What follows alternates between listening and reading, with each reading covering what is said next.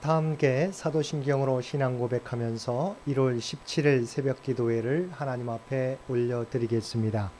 전능하사 천지를 만드신 하나님 아버지를 내가 믿사오며 그 외아들 우리 주 예수 그리스도를 믿사오니 이는 성령으로 잉태하사 동정녀 마리아에게 나시고 본디오 빌라도에게 고난을 받으사 십자가에 못 박혀 죽으시고 장사한 지 사흘 만에 죽은 자 가운데서 다시 살아나시며 하늘에 오르사 전능하신 하나님 우편에 앉아 계시다가 저리로서 산자와 죽은 자를 심판하러 오시리라.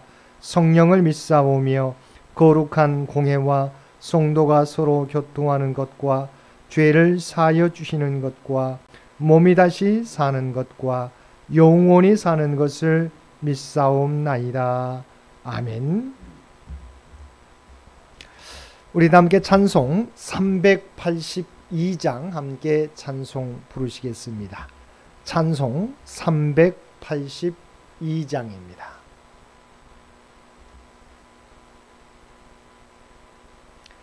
너 근심 걱정 말아라. 주 너를 지키리.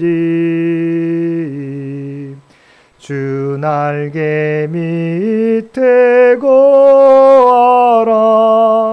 주 너를 지키리.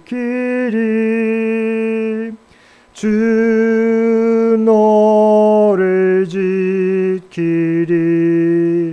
아무 때나 어디서나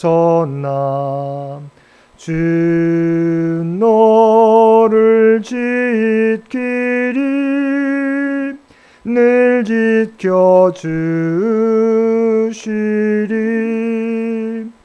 어려워 낙심될 때에 주 너를 지키리. 위험한 일을 당할 때 주 너를 지키리. 주 너를 지키리. 아무 때나 어디서나 주 너를 지키리. 늘 지켜주시리. 4절입니다. 어려워 시험 당해도 주 너를 지키리. 구주의 품에 거하라.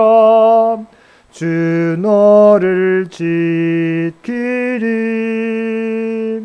주 너를 지키리. 아무 때나 어디서나 주 너를 지키리. 늘 지켜주시리.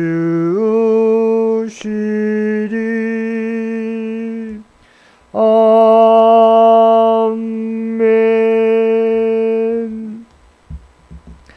오늘 우리에게 주신 하나님의 말씀 출애굽기 1장의 말씀입니다. 출애굽기 1장 1절에서 22절까지 말씀입니다.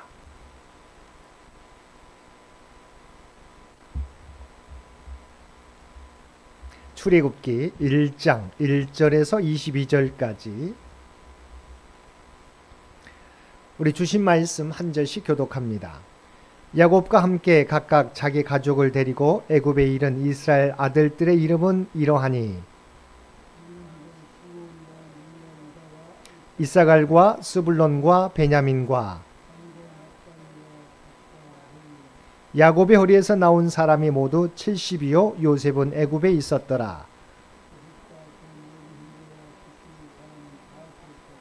이스라엘 자손은 생육하고 불어나 번성하고 매우 강하여 온 땅에 가득하게 되었더라. 그가 그 백성에게 이르되 이 백성 이스라엘 자손이 우리보다 많고 강하도다.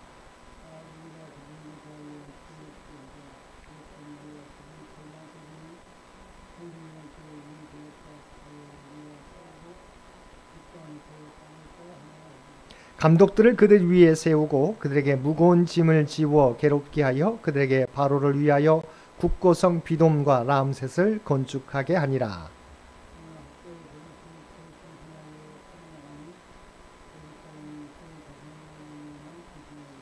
이스라엘 자손에게 이 일을 엄하게 시켜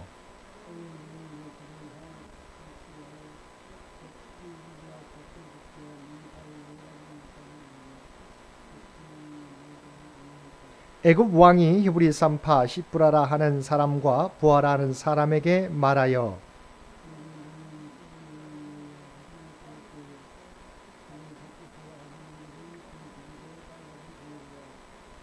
그러나 산파들이 하나님을 두려워하여 애굽 왕의 명령을 어기고 남자 아기들을 살린지라.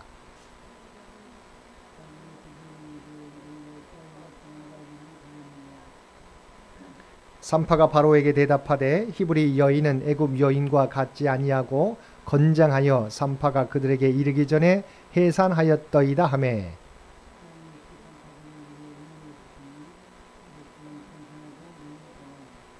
그 산파들은 하나님을 경외하였으므로 하나님이 그들의 집안을 흥왕하게 하신지라. 그러므로 바로가 그의 모든 백성에게 명령하여 이르되 아들이 태어나거든 너희는 그를 날강에 던지고 딸이거든 살려두라 하였더라. 아멘.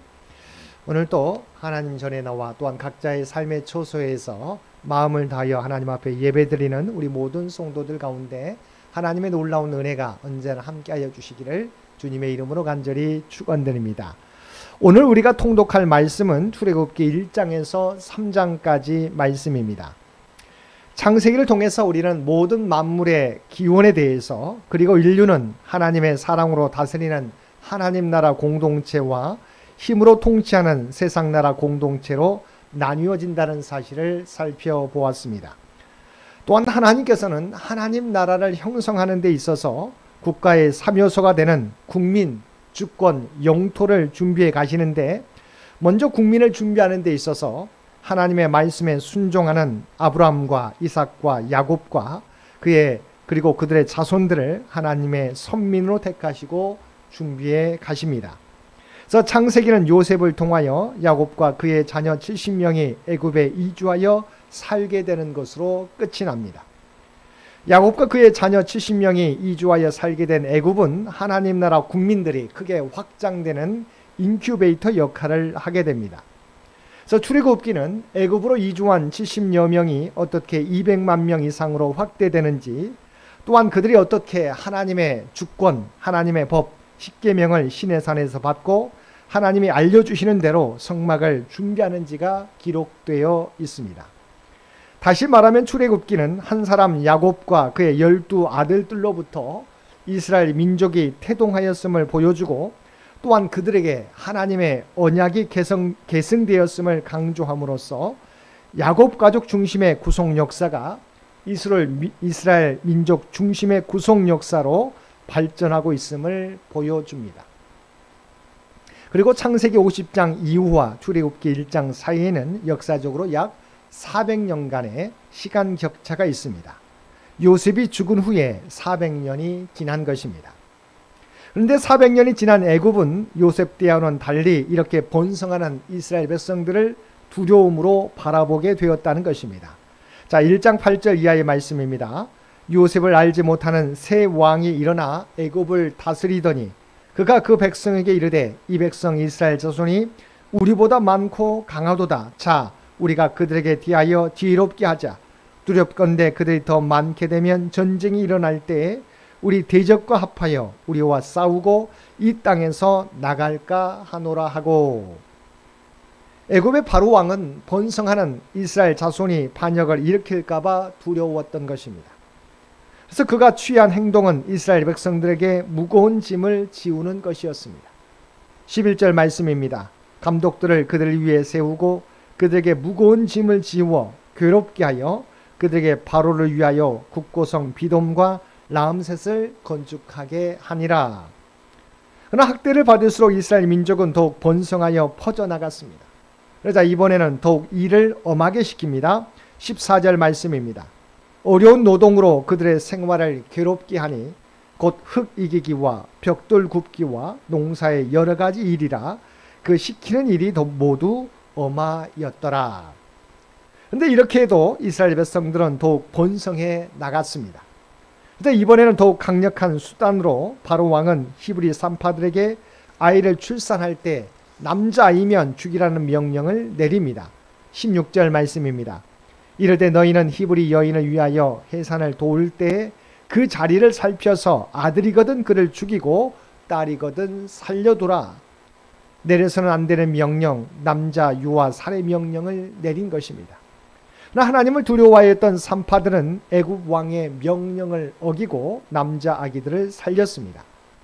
바로 왕이 자신의 명령을 어긴 산파들을 불러 신문합니다.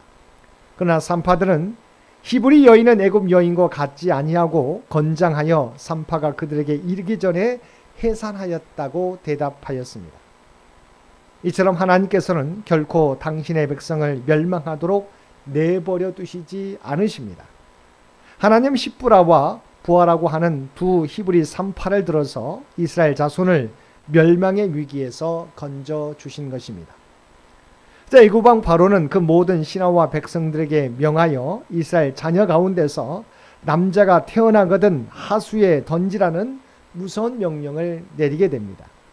즉 바로는 히브리 산파를 통해서 은밀한 방법으로 새로 태어나는 히브리 남아들을 살해하려는 계교가 실패로 돌아가자 이번에는 공개적이고도 거국적으로 히브리 남아 살해 정책을 추진함으로써 그의 마성을 유감없이 드러낸 것입니다.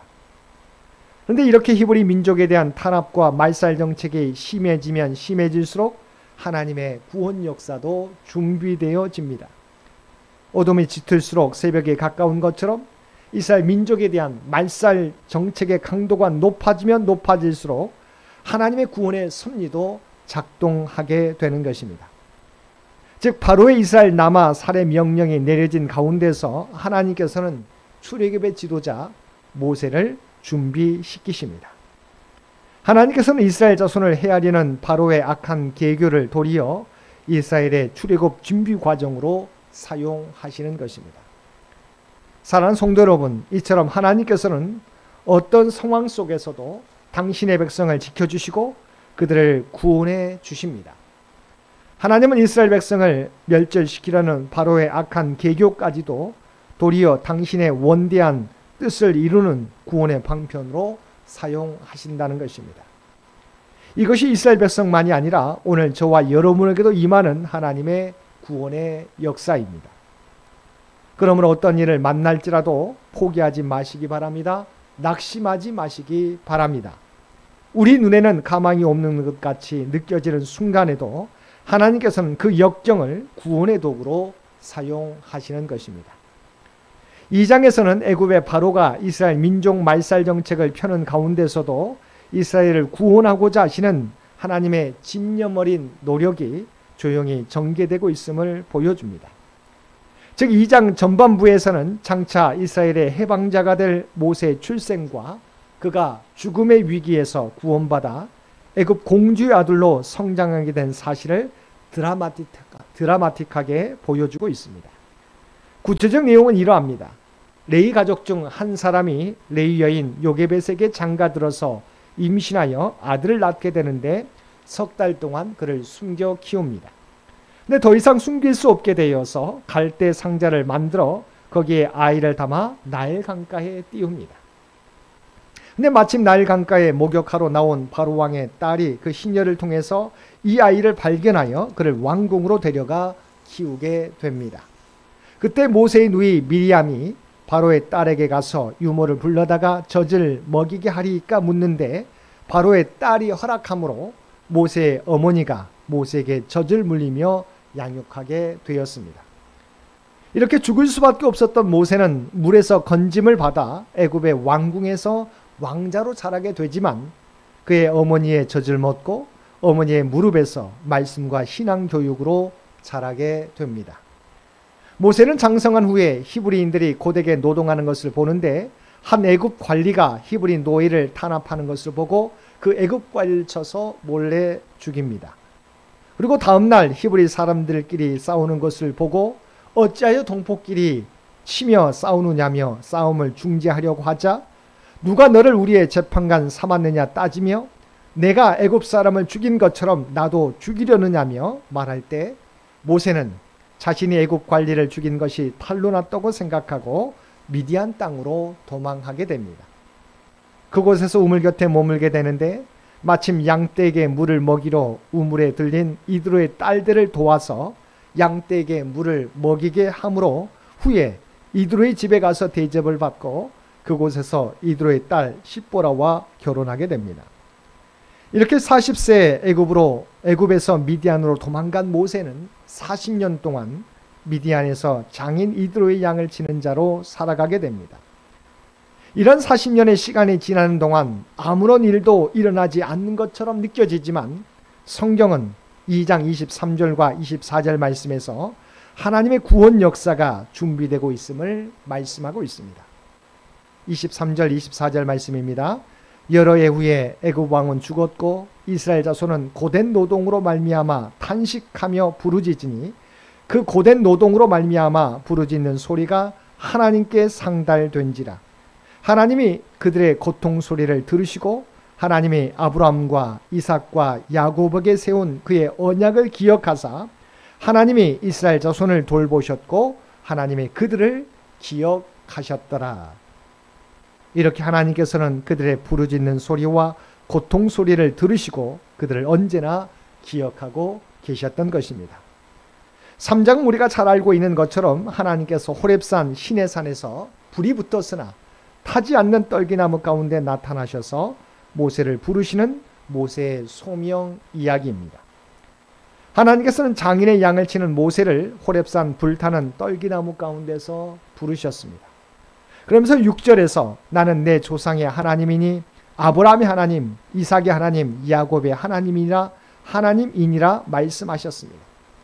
모세는 이미 40년 동안 도망자의 신세요 이제 나이 80이 되었지만 여전히 장인의 양을 치는 잊혀진 존재로 살아가고 있었습니다.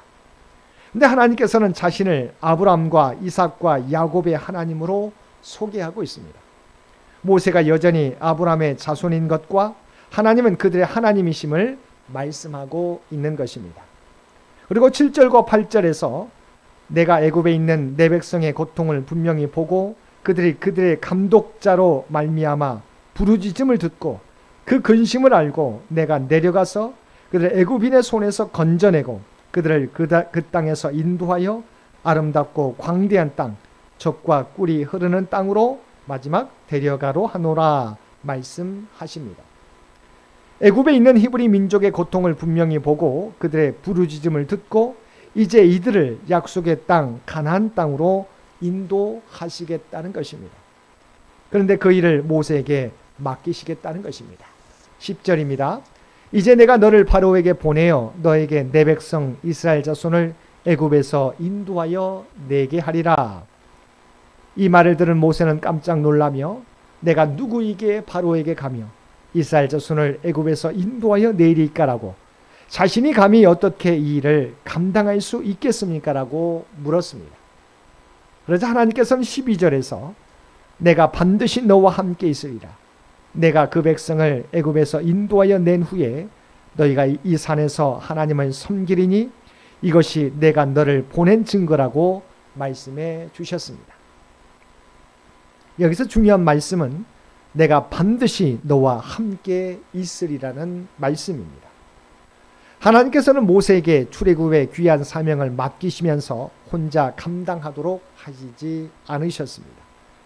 내가 반드시 너와 함께 있으리라는 말씀과 같이 언제나 동행하시며 그의 삶을 인도해 주셨습니다. 이처럼 하나님께서는 우리와 동역하기를 원하십니다. 순종하는 자에게 언제나 함께 하시며 하나님의 놀라운 구원의 역사를 이루어가게 하시는 것입니다. 사랑하는 성도 여러분, 하나님께서는 오늘날에도 저와 여러분과 함께 하십니다. 그리고 우리가 하나님께서 맡기신 사역을 감당할 수 있도록 힘과 지혜와 능력을 부어주십니다. 그러므로 우리에게 필요한 것은 하나님의 함께하심과 인도하심을 믿고 순종하는 일입니다. 우리가 순종하기만 하면 하나님께서는 그 모든 일들을 가능하도록 인도해 주실 것입니다. 2024년 우리 앞에는 어떤 일들이 일어날는지 우리는 알지 못합니다. 그러나 우리가 나와 함께 하신 하나님을 믿고 순종하며 하나님의 말씀 따라 살아가면 하나님께서 저와 여러분을 통해서 놀라운 일들을 이루어 가실 것입니다. 오늘도 반드시 우리와 함께 하시리라고 말씀하시는 하나님의 약속의 말씀을 굳게 붙잡고 믿음의 발걸음과 우리에게 주신 사명 온전히 감당하며 살아가는 저와 여러분 모두가 되시기를 주님의 이름으로 간절히 축원드립니다. 함께 기도드리겠습니다. 사랑과 은혜가 충만하신 아버지 하나님, 하나님께서는 소망이 없는 것처럼 느껴지는 상황에서도 구원의 역사를 준비하시고 이루어 가시는 분이신 줄 믿습니다. 우리로 하여금 언제나 우리와 함께 하시며 하나님의 구원 역사를 이루어가는 주님을 온전히 믿고 따르게 하여 주옵소서. 보이는 것에 의해 영향을 받는 우리들이 아니라 보이는 것 너머에 하나님의 계획과 하나님의 함께 하심을 바라보며 주의 사명 온전히 감당하는 저희 모두가 되게 하여 주옵소서. 특별히 이 나라 이 민족을 긍휼히 여겨주시고 하나님께서 친히 통치하여 주시기를 원합니다. 백주년을 준비하며 나아가는 창현자단과 창현의 가족들을 기억하여 주시고 아버지 하나님 주의 백성들의 모든 기도와 봉사와 헌신을 주의 도구로 사용하여 주옵소서. 하나님이 계획하신 바를 하나하나 이루어가는 창현재단이 되게 하여 주옵소서. 특별히 육신의 연약함 가운데 살아가는 원로 장로님 또한 원로 군사님 아버지 하나님 모든 성도들 기억하여 주시고 눈동자와 같이 지켜주시기를 원합니다. 아버지 하나님 특별히 환우들 가운데 하나님 치유와 회복의 역사를 허락하여 주옵소서. 물질적으로 또한 경제적 어려움 가운데 있는 죄 백성들을 기억하여 주시고 그들의 필요를 아시옵나니 그들의 간구 가운데 응답하여 주옵소서. 그들에게 필요를 날마다 그들의 삶 가운데 풍성하게 부어 주옵소서. 사랑하는 자녀 손들에게 아버지 하나님 꿈과 비전을 준비해 가게 될 때 하나님의 지혜와 능력을 허락하여 주시옵소서.